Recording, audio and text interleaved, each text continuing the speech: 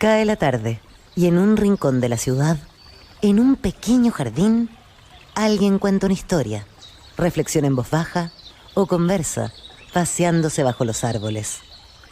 Es hora de volver a casa, bajar la velocidad y darle tiempo al tiempo. Christian Warnken nos abre la verja de su jardín para que respiremos aire puro y oxigenemos el espíritu. En Pauta, aquí comienza Desde el Jardín.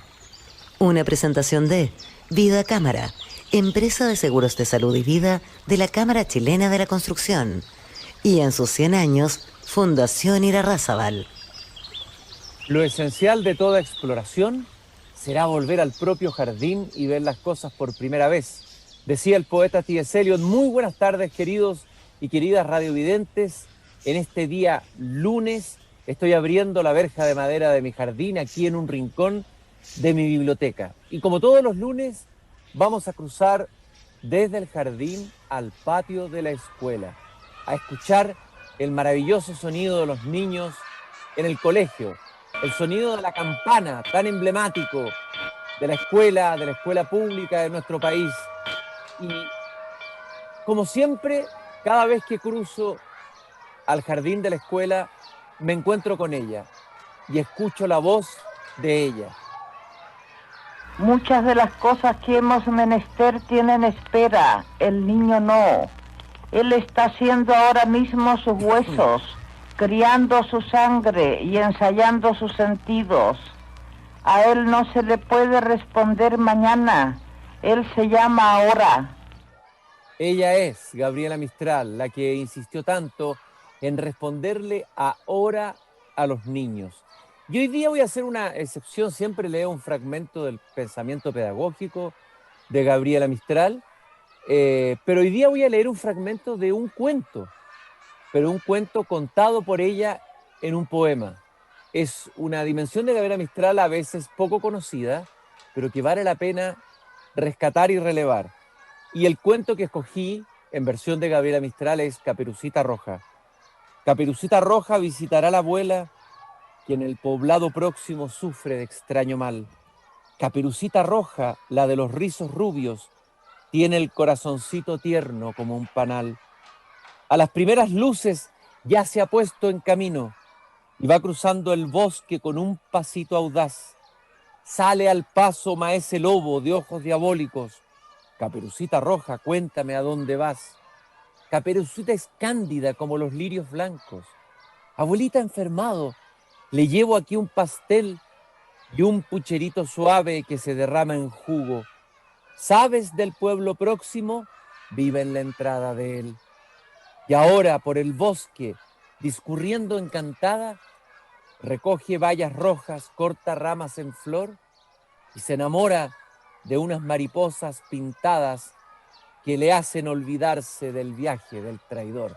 Y solo el comienzo, lleno de imágenes muy hermosas, muy delicadas, pero también de palabras como la palabra puchero, pucherito, y de otras pequeños hallazgos que uno va encontrando en esta versión extremadamente vivaz de Gabriela Mistral de los cuentos tradicionales infantiles. Y justamente hoy día voy a conversar con alguien que ha dedicado su vida a la literatura infantil y juvenil, en general a la literatura. Él es escritor, por lo demás, tiene harto que decir sobre estos cuentos infantiles de Gabriela Mistral. Entiendo que participa o participó de alguna manera en su redescubrimiento, ha hecho talleres de literatura a través de muchos años, ha sostenido clubes de lectura y es autor de variadísimos libros, además de ser profesor de castellano y doctor en filosofía hispánica. Ha escrito una historia de la literatura infantil chilena, un libro de folclore infantil, una novela Mágico Sur, varios cuentos, entre ellos tal vez el más recordado de todos, ¿Por qué lloran los sauces?, Dorada Locura, en fin, es vastísima la bibliografía del autor con el que vamos a hablar hoy día, y hoy día lo veo rodeado de libros rodeado de cachivaches, rodeado de recuerdos. Él es Manuel Peña Muñoz. Muchas gracias, Manuel, por caminar conmigo hoy día por mi jardín. Gracias, Cristian, por la invitación. Y muy emocionado de escuchar la voz de Gabriela Mistral, que ella le daba siempre mucho valor a la voz humana, a la manera de decir, al timbre de voz de cada persona. Decía siempre que el ser humano se reflejaba en la forma de hablar. Y cuando yo la escucho me emociona porque tenía ese acento tan particular, esa forma de decir. Es una autora que siempre me ha gustado desde niño. Fíjate que la leía en el libro que se llamaba El lector chileno, de Manuel Guzmán Maturana. Era Claro. un libro de lectura que ya dejó de existir en el año 57. Yo alcancé a tener la última edición de esa serie, llegaba hasta cuarta preparatoria, así se llamaban, eran 4 libros. Y ahí venía el cuento Caperucita Roja, que yo lo leía siendo niño, y me gustaba la cadencia, la forma de contar el cuento de una manera que yo nunca había visto, porque estaba el cuento escrito en verso, era un cuento poema. Y guardé ya ese poema y guardé el libro.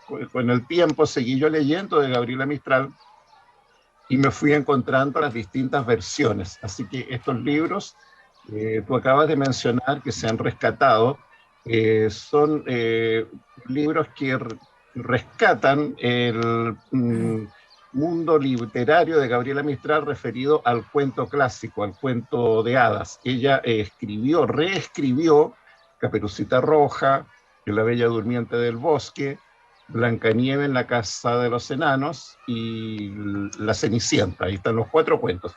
Yo los encontré en distintos lados. Fíjate que en Vicuña, justamente en un suplemento viejo que vendían en la calle, compré varias revistas, ahí venía Blancanieves en la Casa de los Enanos. Y me llamó la atención porque nunca había relacionado Blancanieves con Gabriela Mistral. Y pregunté, me dijeron, no es de ella. Y así empecé a rescatar los otros hasta que los ofrecí a la editorial Amanuta. Y esta editorial realizó un trabajo excepcional porque, bueno, Constanza Recart y Ana María Pavés son muy buenas editoras. Entonces me fueron a ver una vez al Centro Cultural de España y me preguntaron si tenía algún proyecto para presentarles y justo tenía ahí los 4 poemas, los 4 cuentos poemas que los tenía yo fotocopiados de haberlos registrado en distintas partes. Y se encantaron con el proyecto y sacaron 4 libros que aquí los tengo, que son verdaderamente una joya editorial. Por eso es que estos libros han tenido premios internacionales. Tienen el premio de la colección de libros más bella del mundo. Es un premio de la UNESCO. Y aquí detrás, por ejemplo, del de Caperucita Roja, están los sellos. Tiene el premio de la Municipalidad de Santiago, de la Feria del Libro de Bolonia, de White Ravens, que es un premio que se da en Alemania. O sea que ese es un rescate editorial muy interesante y muy novedoso porque estos cuentos no se conocían. Además, son 4 libros, son 4 cuentos, por lo tanto 4 libros y cada uno tiene un comentario crítico mío para contar dónde los encontré, cómo fue el hallazgo y también explicar el aporte de ella de estos cuentos, porque pudo haber escrito el cuento tal como lo contaron o lo escribieron los hermanos Grimm o Charles Perrault, que son cuentos europeos, pero ella les dio un matiz latinoamericano. A ver, ¿en qué sentido, Gabriela Mistral, qué aportó, digamos? ¿Qué fue lo que Sí. le dio a cada uno de estos cuentos?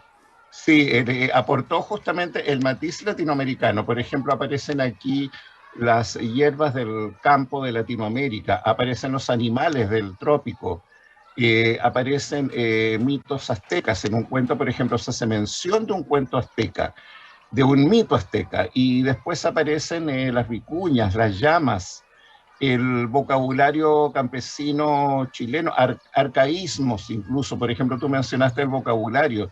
En Caperucita Roja dice, cuando ella va por el bosque, dice, ha pasado ya el bosque, el molino, el alcor, y golpea en la plácida puerta de la abuelita que le abre. a la niña ha anunciado el traidor. Fíjate que nombra la palabra alcor. Alcor es un arcaísmo, es una palabra antigua que ya no se usa. Quizás ella la tenía de la época de cuando vivió en el Valle del Elqui.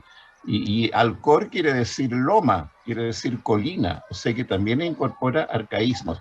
Y también incorpora, que era algo propio de Rubén Darío y de José Martí, que son los autores modernistas, incorpora elementos de la tradición judeo-cristiana a los cuentos.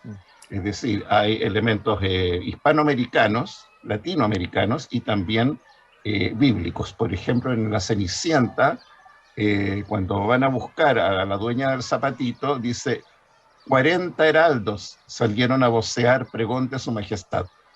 Son 40 heraldos, o sea, el número 40 está, bueno, 40 fueron los ladrones de Alibaba, 40 días y 40 noches flotó el arca de Noé.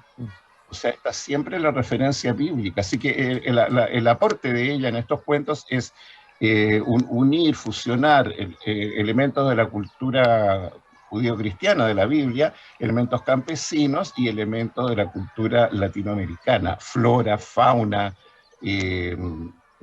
los animales, los mitos, vocabulario también, y también elementos de la cultura mexicana. Por ejemplo, en Blancanieves, los enanitos velan a Blancanieves y temen que se la lleve la Catrina.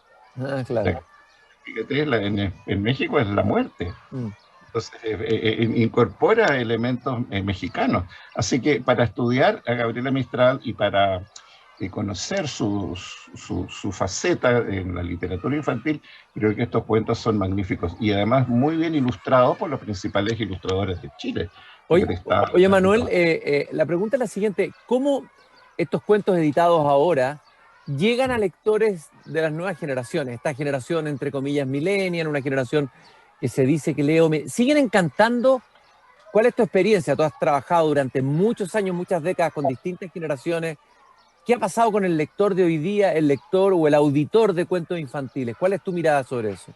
Bueno, mi mirada es que el lector de hoy día, el niño o el joven, necesitan hoy día más que nunca el mediador de lectura, es decir, el profesional, sea el profesor, el padre, la persona que está rodeando al niño y que tiene gusto por la literatura. Esa persona debe acercar el libro al niño a través de la lectura en voz alta. Luego está esta colección de libros pensada como libros que son verdaderos objetos culturales, porque tienen una edición muy bella. Entonces creo que el niño de hoy día o el joven puede entrar también a este mundo en la medida que ese mediador lo acompañe en la lectura, le haga ver la belleza del texto literario y todas las significaciones que tienen estos cuentos para la misma vida de niños y jóvenes de hoy. Así que dan pie para unas conversaciones muy ricas, literarias, en torno a la obra de Gabriela Mistral. Están estos libros y están estos otros que seguramente tú los conoces, que se llama Cielo, Mar y Tierra. Fíjate que estos libros también es un rescate que yo hice para la Biblioteca Nacional, para las ediciones de la Biblioteca Nacional. Me pidieron que hiciera una selección, yo hice la selección, se publicó este libro, pero lo interesante es que esta serie, este libro ahora se publicó en lengua quechua. Fíjate que me tocó ir a presentar estos libros al Ecuador. Aquí está la versión quechua, se llama Aguapacha, Cuchamama, Alpamama. Entonces son los poemas de Gabriela Mistral traducidos al quechua. Y los llevamos personalmente a las escuelas interculturales bilingües del Ecuador.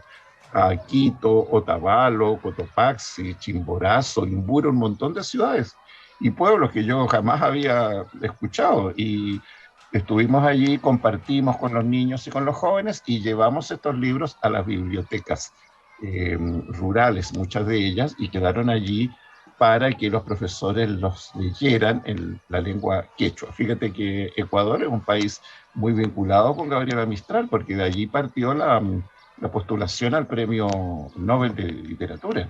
Ahora se publicaron estos libros también en lengua guaraní. Mira, qué interesante.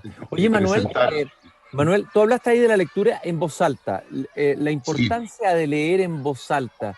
A ver, ¿cuál es el arte que hay detrás y qué es lo que se puede hacer en esa dimensión, tanto en la tarea pedagógica como también en la tarea de mediación más amplia, ya sea que uno es el padre que lee cuentos, la madre. Claro, sí, claro, exactamente, el padre, la persona cercana, no se precisa tener una voz de locutor para leer en voz alta.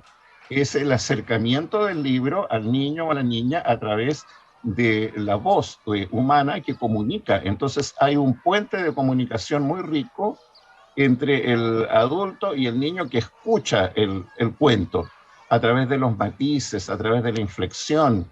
Y por eso es necesario educar también al mediador, al padre, al profesor, ojalá, en el arte de leer en voz alta. Es una manera también de acercarse a la literatura. Fíjate que hoy día, con toda la tecnología que hay una vuelta a la oralidad. Y por eso hoy día se ha fomentado primero la lectura en voz alta. Hay un concurso que se hace en el país de norte a sur que se llama Leer en voz alta, justamente, muy interesante, en el que participan niños y niñas y jóvenes de todo Chile leyendo fragmentos literarios en voz alta y se califican justamente por la belleza en la forma de leer esos textos en voz alta. Y en esta recuperación de la oralidad está también la vuelta al cuentacuentos, al narrador, el narrador que cuenta historias. Entonces, claro, hoy día tú puedes ver todos los cuentos en internet, pero cuando una persona te los cuenta, ahí se está tendiendo un puente de afecto. Hay una humanidad que está vibrando en forma muy, muy particular en la medida que ese cuento se narre o se lea en voz alta.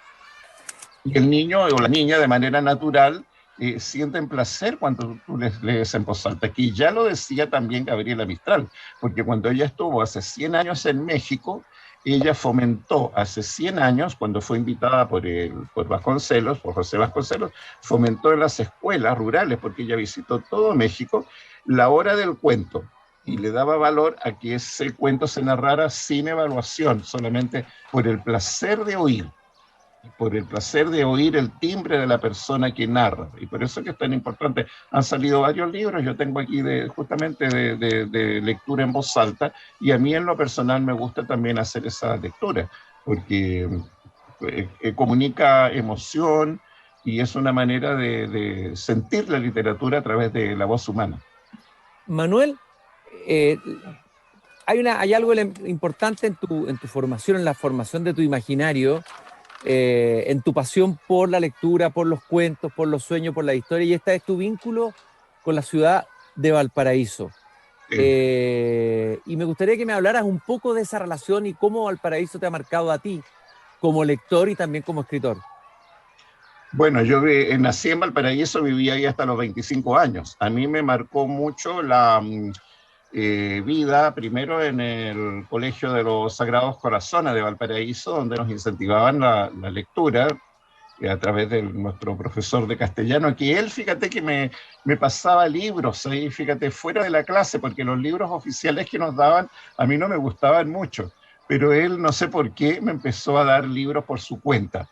Y esos libros que me llevó, por ejemplo, recuerdo uno desconocido, quizás tú lo debes conocer, se llamaba La Casa Vieja de Genaro Prieto. Sí. Oye, sí. Qué libro tan bello, yo creo que fue el primer libro que leí con gran placer.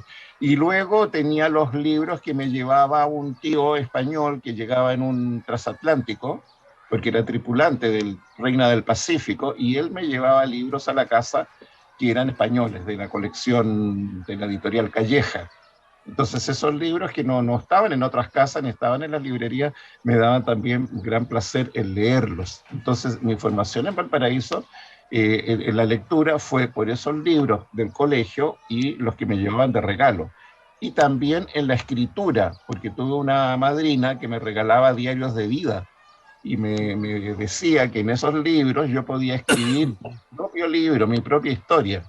Y si no te ha pasado nada, me dijo un día, inventa, tú puedes inventar algo que no te pasó en el día, pero que te hubiera gustado haber vivido. Entonces eso me pareció maravilloso, poder inventar historias en esos diarios de vida. Así que yo desde muy niño en Valparaíso me familiaricé mucho con la escritura y con la lectura. Y por eso de manera natural llegué a la Universidad Católica a estudiar pedagogía en castellano. Aunque mi vocación no era tanto pedagógica, más bien era una vocación de estar en contacto con los libros y con la literatura. Y en el Oye, primer año, fíjate, de la universidad, gané el primer premio del concurso de cuentos que invitó la universidad, y ese premio a mí me dio un gran impulso para seguir en la carrera literaria. Estando ahí en Valparaíso, además conocí a la escritora María Luisa Bombal, que vivía en esa época en Viña del Mar, así que también desarrollamos una gran amistad con ella en esos años. Por lo tanto, el impulso de Valparaíso para mí fue muy importante. Y después cuando me fui a España y después estuve en Alemania, cuando volví a Valparaíso, descubrí la ciudad, igual que Joaquín Edwards Bello, que cuando volvió a Valparaíso la descubrió y empezó a escribir sobre ella. A mí me pasó igual, porque al volver empecé yo a recorrer los cerros, a entrevistar gente, a estudiar las casas, y me pareció que era un universo maravilloso. Y empecé a leer libros sobre Valparaíso y de autores que describían Valparaíso. Así descubrí a Joaquín Edwards Bello. Y me dio también la pista para entender la ciudad y para escribirla. Y así nacieron ya los libros de crónicas literarias. Tengo uno que se llama Ayer soñé con Valparaíso, que recopila todas las crónicas y artículos que fui publicando en el diario, en Artes y Letras del Mercurio, publiqué muchas de esas crónicas, y después ya salieron publicados libros ya de creación literaria. Por ejemplo, un libro que se llama El Niño del Pasaje, que fue premio del Círculo de Críticos de Arte de Valparaíso. Ese libro se ambienta en el Cerro de la Concepción, en el pasaje Pierre Loti. Entonces, para escribir ese libro también entrevisté mucha gente, entré a las casas, y a mí me fascinaba hacer ese trabajo porque era un mundo que me hacía descubrir mi propia ciudad. Ya después me vine a Santiago, pero acá desde Santiago sigo investigando e incluso dando un curso que doy en Casa Contada. Esta es una escuela de literatura y oralidad, y en esta Casa Contada imparto varios talleres y cursos, y uno de ellos se titula Valparaíso a través de su literatura. estoy En dos conversando con niveles. Manuel, estoy conversando con Manuel Peña, escritor, profesor de castellano, autor de variados libros, tanto literatura infantil, juvenil, libros sobre literatura, sobre el arte de narrar. Tú tuviste una maestra en España, Manuel, alguien Sí, que te marcó fuertemente, y de qué manera que te marcó en tu formación y en tu manera de entender la literatura. sí, mira, todos tenemos una persona que nos marca, como que nos toca con la varita mágica y nos transforma, porque la Universidad Católica donde yo estudié estaba muy centrada, hasta ahora también, en la lingüística, en los estudios de gramática, sobre todo, gramática generativa, morfología, sintaxis, fonética, todos los ramos, digamos, de la disciplina de la lengua española. Por eso fui a España a hacer un doctorado en filología hispánica.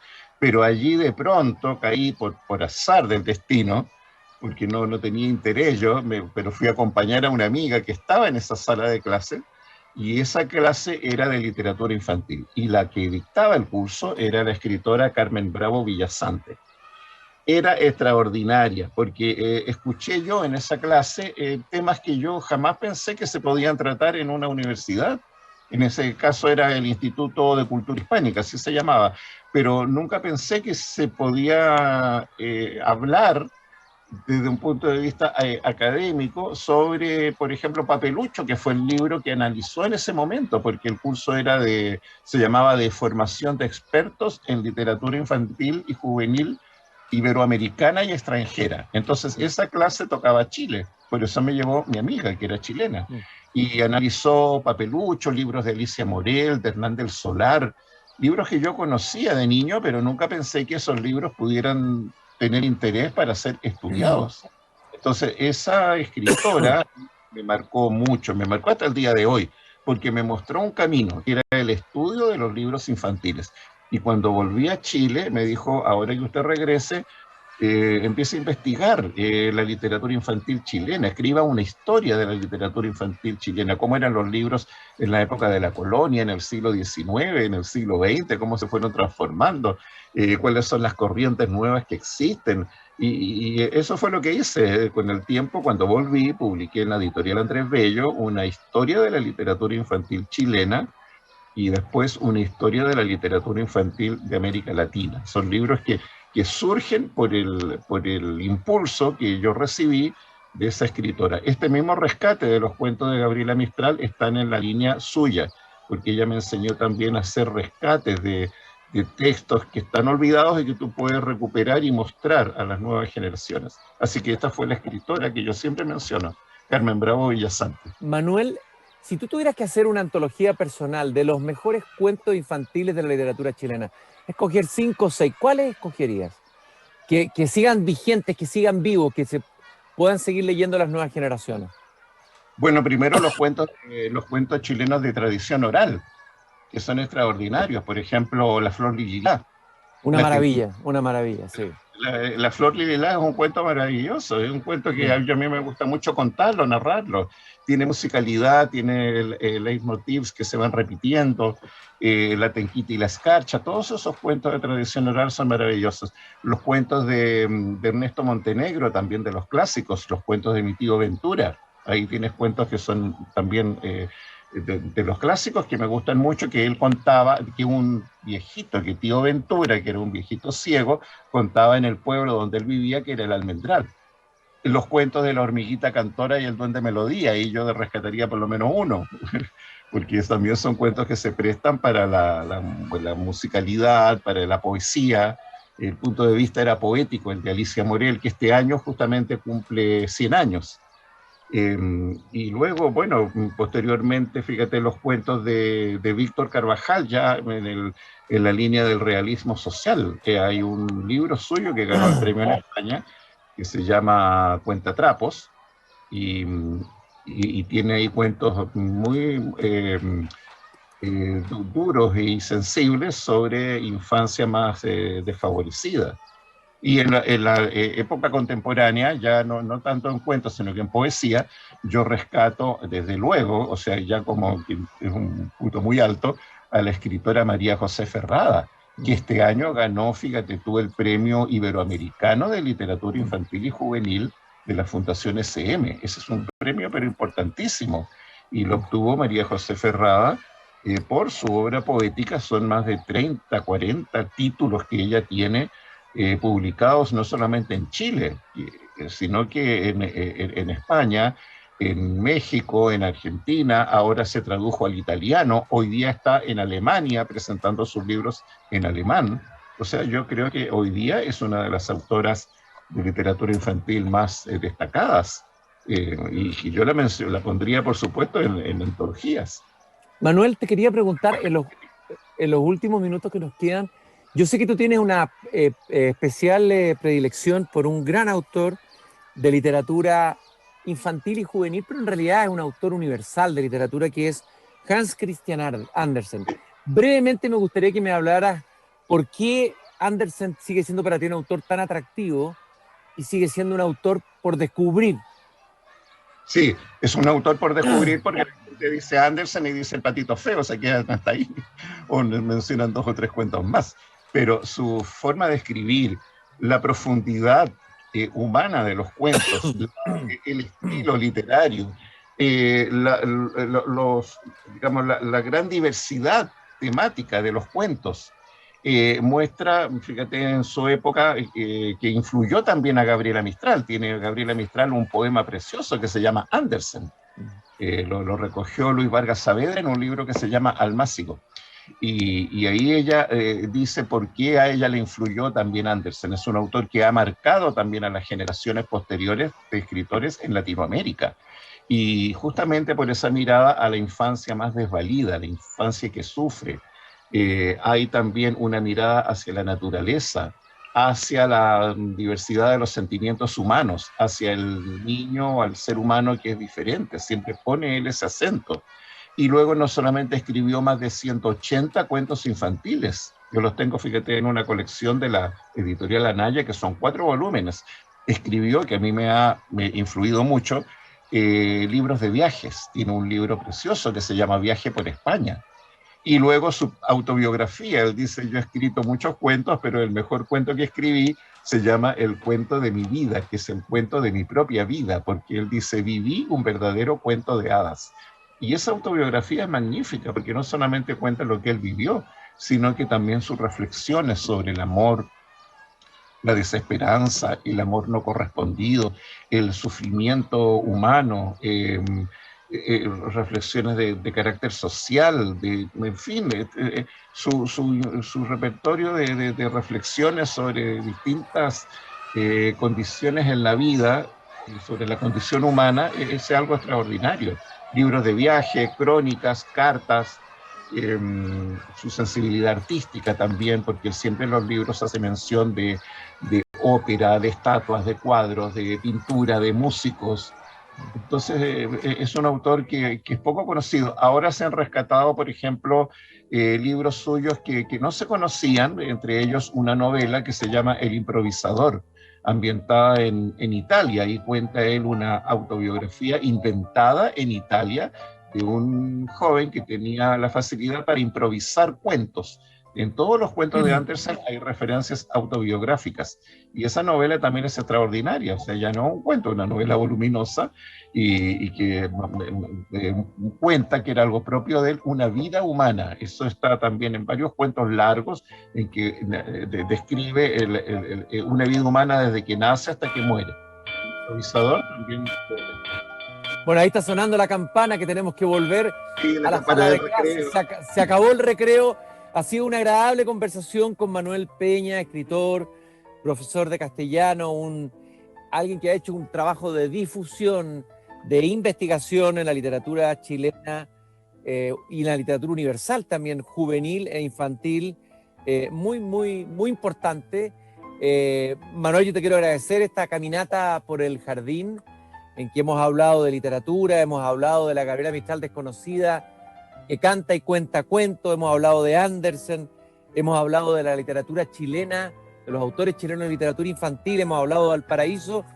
Por último, tengo entendido que vas a lanzar unos libros en Fundación Íntegra. Me gustaría que lo contaras brevemente antes de despedirnos. Sí, brevemente. Fíjate, esta colección la presentamos el lunes pasado, una colección que viene en una cajita muy linda, es algo extraordinario, como se hizo con la editorial Liebre, que dirige Mónica Bombal y Paloma Valdivia, y entonces son libros de tapa dura, con los principales ilustradores de Chile, y contiene folclore infantil chileno, es decir, poesía infantil de tradición oral. Son 10 libros de la Fundación Íntegra, reunidos en esta cajita de madera, que se complementan con este libro que se llama Como me lo contaron, te lo cuento y no lo invento. También aquí vienen adivinanzas, canciones de cuna, rimas. Es un trabajo de muchos años, también en la línea de Gabriela Mistral, porque ella dice folclor, mucho folclor poético. Será todo el que se quiera, que será el que se pueda. Se trata del momento en que el niño pasa de las orillas mujeriles al seco banco escolar, y todo alimento que se le allegue debe tener color y olor de aquellas leches de anteayer, nos dice Gabriela Mistral. Qué hermoso. Qué hermosa reflexión de Gabriela Mistral, rescatando la riqueza, la vitalidad de la oralidad, tan importante hoy día, sobre todo recuperar ese mundo oral que se nos empieza a perder un poco de generación en generación. Y Manuel, bueno, te quiero agradecer tu presencia aquí en el jardín, felicitarte por tu extraordinario trabajo y alentarte a que sigas animando como una especie de improvisador, como el improvisador de Andersen, recorriendo la ciudad y los países, contando cuentos y hablando sobre los cuentos. Muchas gracias, Manuel, por haber estado hoy día esta tarde en el jardín. Gracias, Cristian, por la invitación y por estar en tu jardín. Nos vemos pronto, muchas gracias. Nosotros nos encontramos mañana nuevamente a las 8 de la noche, cuando vuelva a abrir la verja de madera de mi jardín. Y no se olviden el consejo que siempre les doy al terminar el programa, la última frase del Cándido de Voltaire: hay que cultivar el propio jardín. Hasta mañana. Es hora de cerrar la verja de madera del jardín. Pero Christian Warnken la volverá a abrir todos los días de lunes a viernes a las 20 horas en Radio Pauta, cuando comience de nuevo Desde el Jardín. Una presentación de Vida Cámara, empresa de seguros de salud y vida de la Cámara Chilena de la Construcción. Y en sus 100 años, Fundación Irarrázaval.